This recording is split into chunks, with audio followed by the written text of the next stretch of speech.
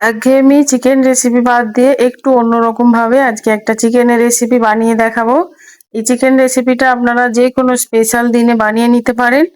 এই রেসিপিটা বানানো খুবই সহজ আর খেতে ভীষণই মজার। আশা করছি এই রেসিপিটা আপনাদের খুবই ভালো লাগবে। ভালো লাগলে আমার চ্যানেলে নতুন হলে চ্যানেলটা সাবস্ক্রাইব করে পাশে থাকা বেল আইকনটি প্রেস করে দিবেন। আসসালামু আলাইকুম। কাশ্মীরাস কিচেনে সবাইকে শুভেচ্ছা জানিয়ে শুরু করছি দুর্দান্ত স্বাদের জিভে জল আনা চিকেন রেসিপি। চলুন তাহলে চিকেন রেসিপিটা বানিয়ে নেওয়া যাক। এখানে আমি প্রথমেই নিয়ে নিয়েছি 750 গ্রাম চিকেন। পরিষ্কার করে ধুয়ে ভালো করে কেটে নিয়েছি। এবার চিকেন দুর্দান্ত স্বাদের চিকেন রেসিপি বানানোর জন্য ফার্স্ট স্টেপ হচ্ছে চিকেনটাকে ম্যারিনেট করে নেওয়া। প্রথমেই স্বাদ মতো লবণ দিয়ে দিলাম। এবার হাফ টেবিল চামচ লঙ্কার গুঁড়ো, হলুদ গুঁড়ো, জিরের গুঁড়ো, ধনিয়ার গুঁড়ো সবকিছু হাফ টেবিল চামচ করে নিয়েছি। এবার এর মধ্যে দিয়ে দেব হাফ কাপ মতো টক দই। এই সব কিছু দিয়ে চিকেনটাকে খুব ভালো করে ম্যারিনেট করে নেব। সবকিছু চিকেনের সঙ্গে খুব ভালোভাবে মিক্স করে এটাকে আমি 30 মিনিটের জন্য রেস্টে রেখে দেবো। দেখুন চিকেনটা আমার খুব ভালোভাবে মিক্স করা হয়ে গিয়েছে। এবার একটা ঢাকনা দিয়ে এটাকে 30 মিনিটের জন্য রেখে দেবো। এবার চলুন কুকিং প্রসেসে। এখানে আমি 4টে মিডিয়াম সাইজের পেঁয়াজকে চপ করে নিয়েছি, 2টো টমেটো কেটে নিয়েছি, আর এখানে 8-10টা কাজু বাদামকে পেস্ট করে নিয়েছি, কিন্তু কাজু বাদামটা দেখাতে ভুলে গিয়েছি। এবার চলুন গ্যাসের ওভেনটা অন করে একটা কড়াই বসিয়ে দিলাম। এর মধ্যে দিয়ে দিচ্ছি 4 টেবিল চামচ পরিমাণ সরিষার তেল। তেলটা একটু গরম হলে এর মধ্যে দিয়ে দেবো হাফ টেবিল চামচ গোটা জিরে, একটা শুকনো লঙ্কা, বেশ কিছুটা গোটা গরম মশলা। আপনারা এর মধ্যে তেজপাতাও দিতে পারেন।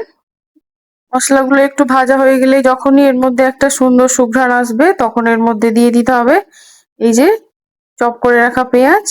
এখানে গ্যাসের ফ্লেমটা হাই করে আমি পেঁয়াজটাকে 2-3 মিনিট ধরে খুব ভালো করে ভেজে নেব।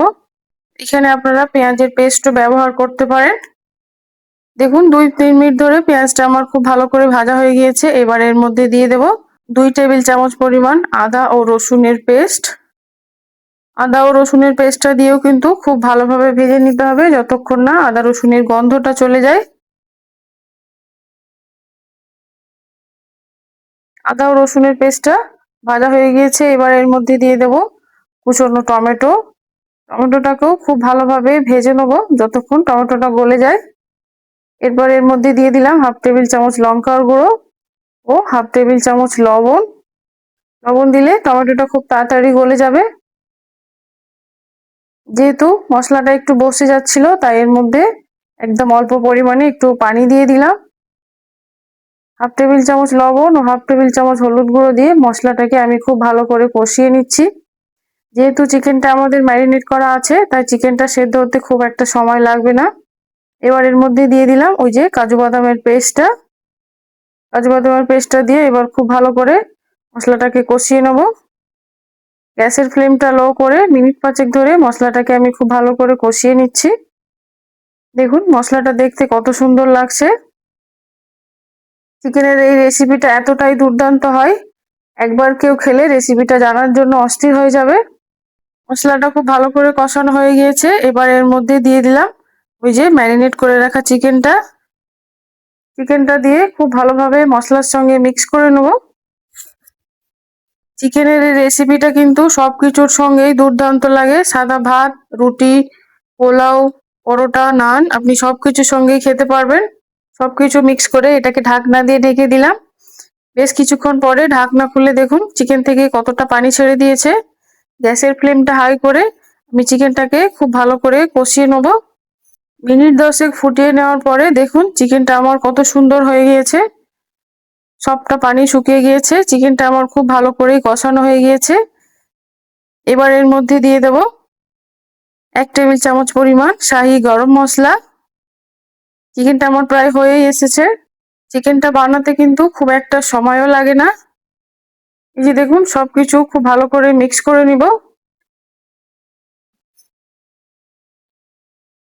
চিকেনের মধ্যে কিন্তু আমি কোনো রকম এক্সট্রা পানি ব্যবহার করিনি। সবকিছু খুব ভালো করে মিক্স করে নিয়ে ওই যে কাজু বাদামের পেস্টটা ছিল ওটাকে একটু ধুয়ে ওর মধ্যে দিয়ে দিলাম।